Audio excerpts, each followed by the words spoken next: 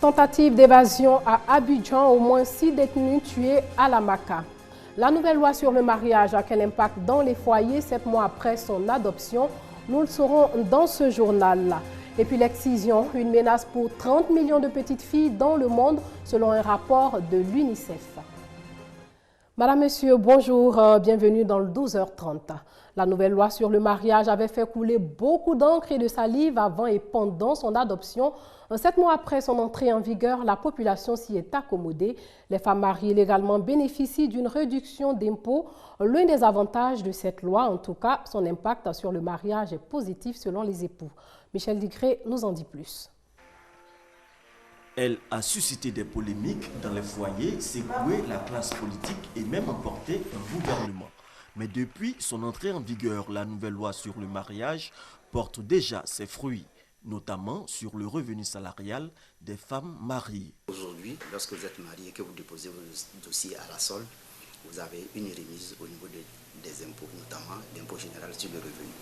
Ce qui revient en clair, et il faut le dire, c'est comme si c'était une augmentation de salaire que la femme mariée avait. Parce que si vous payez moins d'impôts, ça veut dire que votre net en salaire a augmenté du montant de l'impôt que vous aurez dû payer. Autre avancée significative, après l'adoption de la nouvelle loi, la Côte d'Ivoire se repositionne sur la scène internationale. La Côte d'Ivoire est désormais un pays crédible. Il y a seulement 44 pays sur 193 pays, donc des Nations Unies, n'est-ce pas? Et la Côte d'Ivoire est parmi ces 44 pays du monde assiégés au Conseil des Nations Unies pour les droits de l'homme. Dans les foyers qui ont contracté le mariage sous la nouvelle loi, la tempête n'a pas eu lieu. Mieux, la loi a conquis le cœur des époux. Quand on nous remettait le livret de famille, j'ai senti la responsabilité engagée des deux personnes. Et le symbole, c'est l'union, l'entraide et puis la responsabilité qui pèse sur les deux époux. Désormais, l'homme et la femme sont tous chefs, donc on ne pas de grand chose. Comme nous comprenons bien, je sais qu'il n'y a pas de problème, ça ne va rien créer en tout cas. Le 9 mars 2013 déjà, la loi était effective dans l'ensemble des mairies de Côte d'Ivoire. Nous pouvons donc dire, 4 mois après son application, que le ministre d'État, ministre de l'Intérieur, est satisfait, très satisfait, parce que le bilan est sans équivoque. Depuis janvier 2013, environ 1500 femmes mariées se sont faites enregistrer par les services de la solde de la fonction publique. Et puis au moins 6 détenus tués mardi soir lors d'une tentative d'évasion à la maison d'arrêt et de correction d'Abidjan. La surcharge carcérale et les mauvaises conditions de détention seraient à l'origine de cette nouvelle tentative d'évasion. Prévue pour accueillir au moins 2000 détenus, la prison en comptera actuellement plus de 5200. Franck Wadio pour en parler. Il y aurait plusieurs morts, au moins 3 personnes et de nombreux blessés, dont certains parmi les gardes pénitentiaires de la maison d'arrêt et de correction d'Abidjan Maka hier mardi lors d'une tentative d'évasion de prisonniers. Pour l'heure, aucun bilan officiel, mais plusieurs heures de tirs nourris dans la soirée du mardi. Notons que la police et la gendarmerie sont intervenus dans la foulée pour amener le calme. Il faut prévenir les conflits. Ils sont en effet source de ralentissement du développement. Et cela, les dirigeants d'entreprises l'ont bien compris. Alors, ils ont décidé de former les délégués syndicaux de la téléphonie en vue de mieux les outiller en matière de lutte syndicale. Thomas Guessambi nous en parle. En dépit de la crise sociopolitique de la décennie écoulée, le secteur des télécommunications garde toujours de beaux jours devant lui en Côte d'Ivoire. Favoriser la création de richesses et sa distribution, tout comme garantir la performance dans le secteur, demande une paix sociale. Et c'est pour créer les conditions de cette paix que les dirigeants d'entreprises soutiennent la formation à l'éthique syndicale. La paix sociale dans une entreprise, on va dire, est une richesse, est un bien recherché par tous. Parce que de la paix sociale découle, comme je le disais, les performances et la productivité au sein des entreprises. Donc c'est tout à fait normal qu'une entreprise s'intéresse justement à la formation des syndicats et des représentants du personnel pour justement gagner la paix sociale. L'initiative est saluée par les premiers responsables du syndicat des agents du secteur des postes et télécommunications de Côte d'Ivoire, Sinapostelsi, qui disent comprendre les enjeux d'un cadre d'échange fructueux entre défenseurs des droits des travailleurs et employeurs. Formation et paix, il y a effectivement un lien qui nous amène à prendre de la hauteur, même quand ça ne va pas, d'aller à une table de discussion pour éviter les dérapages qui peuvent mettre à mal l'entreprise. La session de formation veut aussi saluer l'union des actions syndicales au sein d'une même entreprise pour de meilleures négociations. Parlons éducation. Les activités extrascolaires renaissent à travers le Festival national des arts et de la culture en milieu scolaire. Une initiative du ministère de l'Éducation nationale.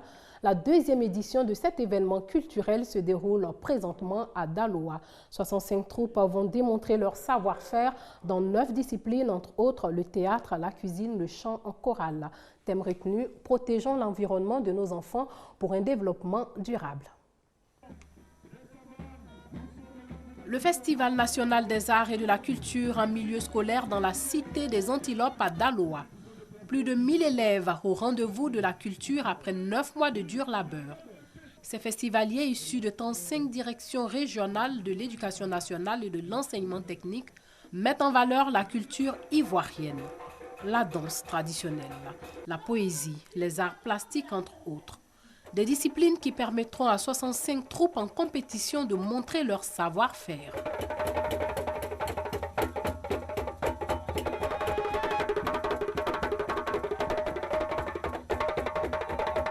On a besoin des gestes, de bien s'exprimer en français pour bien articuler les mots et ne pas se stresser. Il faut se détendre. Quand tu te stresses, tu ne pourras pas bien faire la poésie. Rythme à fleur de peau, richesse culturelle exprimée, l'art, la culture et l'école ivoirienne réconciliés à la deuxième édition du Festival des arts de la culture en milieu scolaire.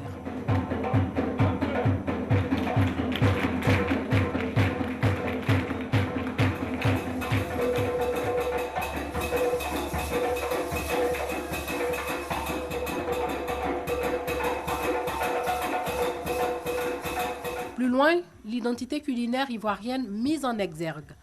Ici, des plats du sud de la Côte d'Ivoire concoctés par des élèves vont conquérir les palais du jury. L'originalité culinaire des peuples du sud sollicitée. Le Festival des arts et de la culture, c'est aussi des expositions d'œuvres d'art. L'art plastique réalisé aussi par des enseignants. Le ministère de l'Éducation nationale, par cette action, veut inculquer des valeurs cardinales aux apprenants, mais aussi faire revivre la pratique de l'art et de la culture dans les établissements scolaires. Cela a un impact sur l'apprentissage, l'enseignement et l'apprentissage. Parce qu'il faut savoir que la direction de la vie scolaire organise ce que nous appelions à l'époque les activités extrascolaires. Ce sont des activités qui sont importantes pour le développement physique, certes, des élèves, mais surtout pour le développement intellectuel et moral.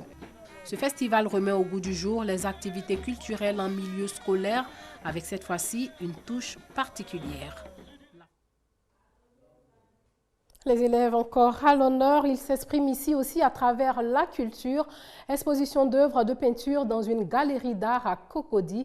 Les œuvres de ces écoliers issus de 3 établissements primaires publics parlent de paix. Le reportage de Franck Quadio. La vérité sort de la bouche des enfants, a-t-on coutume de dire. Et quand cette vérité est exprimée par le bout d'un pinceau, elle est encore plus fraîche. Pour moi, mon dessin, ça représente un déplacé de guerre avec un rebelle. Le rebelle a coupé la main du monsieur pendant la guerre. Maintenant, quand la guerre est finie, ils se sont vus et ils se sont réconciliés. Dessine-moi la paix, thème du vernissage qui se tient depuis le mardi 23 juillet dans cette galerie à Cocody. Une exposition vente de travaux de peinture effectués par des écoliers d'Abidjan en collaboration avec l'artiste peintre Jacob Bleu, une initiative de Global Shapers Community. S'il devrait changer l'état du monde, il fallait commencer par la jeunesse. Et dans ce cadre, ils ont créé cette initiative afin de regrouper des jeunes à fort potentiel, afin que dans ce réseau de jeunes d'excellence, ils se préparent à régler les problèmes du monde et qui change donc la face du monde. Les travaux effectués sont proposés à un prix minimum de 100 000 francs CFA. Un montant qui ne pourrait acheter le sourire d'un enfant, mais qui contribuera à offrir à 3 établissements primaires publics des communes d'Abobo, Yopougon et Cocody un environnement sain. Nous envisageons 2 actions qui vont toucher la jeunesse. Bien évidemment, vous connaissez tous l'épineux problème de la cybercriminalité, des broutages. Donc, c'est de faire des campagnes, par exemple, de sensibilisation auprès des jeunes pour leur montrer comment est-ce que l'outil Internet est un outil puissant, mais qui peut être utilisé à d'autres fins éducatives. Ce vernissage, qui a pour ambition d'élever la conscience de tout petits aux idéaux de paix, prendra fin le 31 juillet 2013. Cette information avant de poursuivre le journal, la pose de la première pierre de la nouvelle gare routière interurbain et internationale d'Adjamé cet après-midi en présence du président de la République.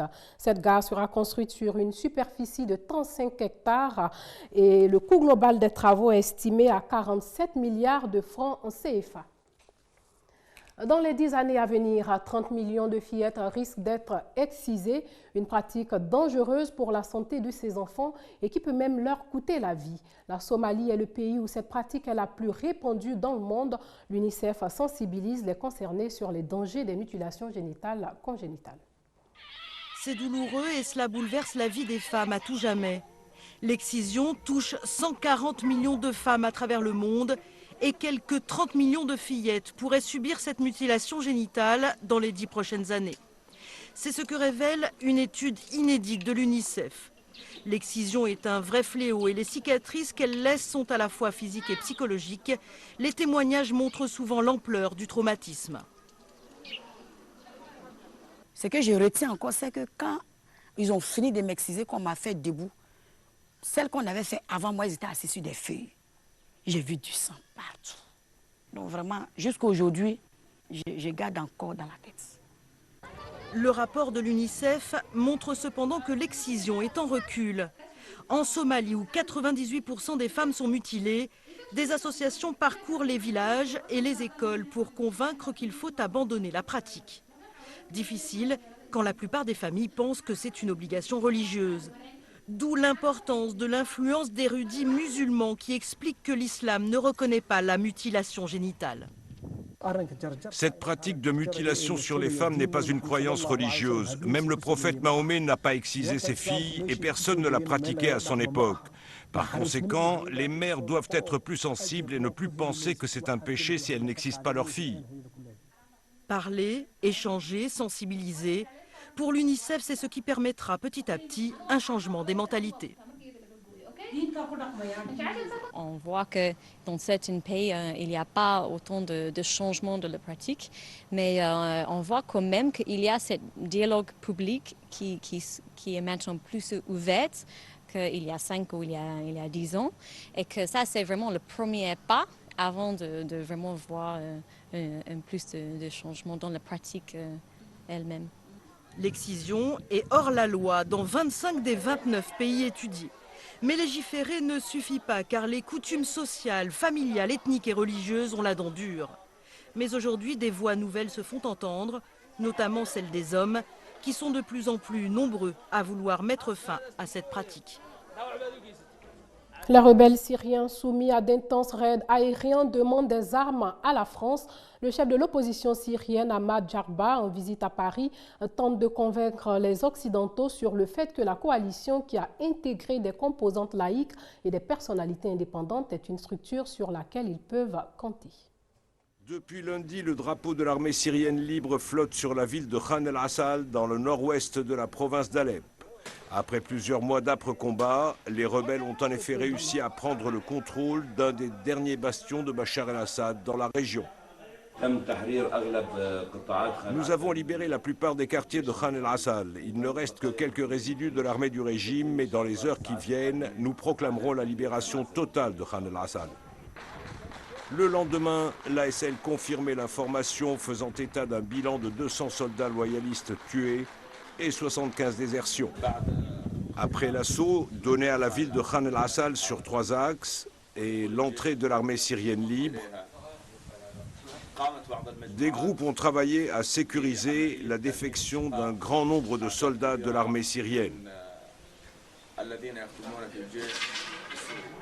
En revanche, sous-équipés et empêtrés dans un conflit interne l'opposant aux djihadistes d'Al-Nusra et aux combattants de la mouvance d'Al-Qaïda, la rébellion a du mal à progresser ailleurs dans le pays.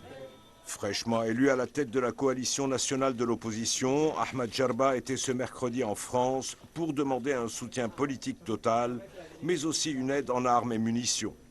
Même s'il est venu en compagnie du général Selim Edriss, chef de l'ASL en personne, Ahmed Jarba a peu de chance pour le moment d'accéder à une telle requête en raison de l'éclatement des rangs de l'opposition.